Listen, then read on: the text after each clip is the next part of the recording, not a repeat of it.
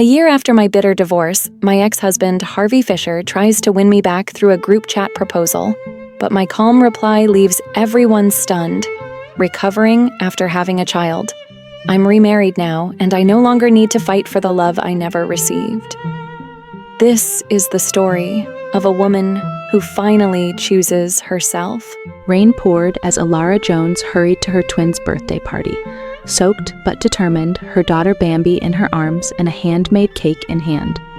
Inside the private hotel room, her ex-husband Harvey Fisher stood with their son Beau, who blew out his candles and declared, "I wish Ms. Neve could be my new mom." Laughter erupted from Neve, Harvey's childhood friend, and now, clearly more than that. She pulled Beau into her lap, teasing Harvey, cozy with him like they were a couple. Alara, freezing in wet clothes, stood at the threshold, watching this grotesque portrait. Her husband, their son, and the woman who answered Harvey's phone when Alara nearly died giving birth. Alara stepped inside quietly. Instead of warmth, she was greeted with judgment. "Why are you here, Mrs. Fisher?" someone sneered. Beau, glued to Neve, barely looked at the cake she had made. When Alara handed him half and told him, "I'm granting your birthday wish, I'm no longer your mother," Harvey rebuked her, but Alara had no warmth left. "We're divorcing, I'll take Bambi, you take Beau." The guests laughed it off. Harvey scoffed. Even Beau, mimicking his father, dismissed her. "You're just controlling," he muttered, opting for Neve's store-bought cake instead. Despite Bambi's warnings, he was allergic to dairy, Neve coaxed him into eating. "It'll build immunity," she chirped. Alara turned to leave, resolved, "Meet me at the courthouse at 3 p.m. tomorrow." She walked out with her daughter, the birthday party behind her, but not the ache in her chest. In the doorway, Theodore Snap, Harvey's business rival, watched it unfold. He caught Harvey's eye and smirked. "So, she's divorcing you. Should I start calling her something else now?" The next day, Harvey still believed she'd come crawling back. After all, Alara always returned. But that morning, breakfast was chaos. Beau had a severe allergic reaction to the dairy-filled cake, and Alara's phone was off. Mary, the housekeeper, fumbled helplessly. "Mrs. Fisher always handled the meds," she whispered after a failed search. The house, the routines, everything ran on Alara's invisible, unthanked labor. When things calmed down, Harvey ordered Scotch eggs for breakfast, a dish Alara used to make with care.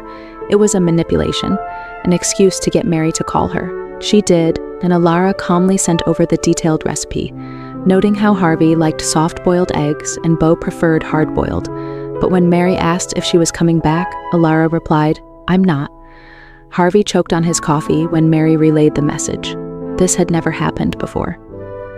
At her parents' house, Alara watched Bambi devour her chicken noodle soup, the same pig food the Fishers once mocked.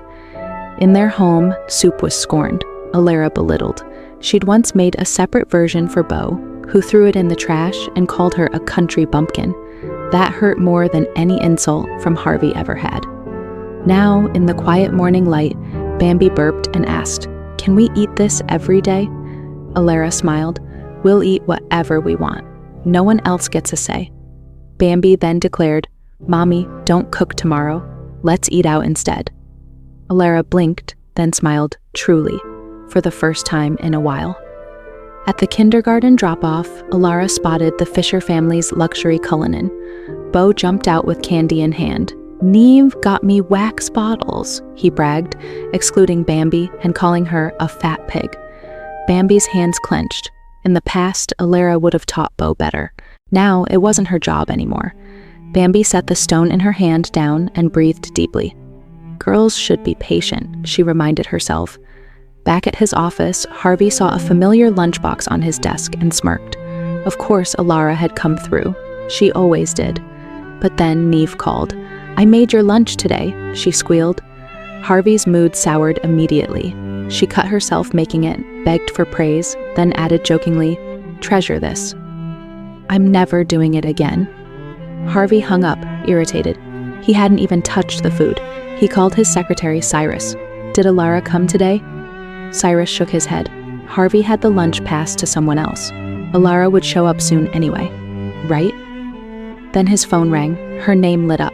3 times. He declined them all until he finally picked up. "I already ate," Don't bring lunch, he snapped. I'm at the courthouse, Alara said evenly. Where are you? Harvey blinked. She meant it. You think the Jones family will take you back just to freeload? He hissed, his pride lashing out. I don't care if they do, she replied. I'll go back to being Alara Jones. I've loved you. I've loved our son. But no road in this world is more exhausting than the one I've walked as your wife. A year later, a ping appeared in Alara's group chat. It was from Harvey.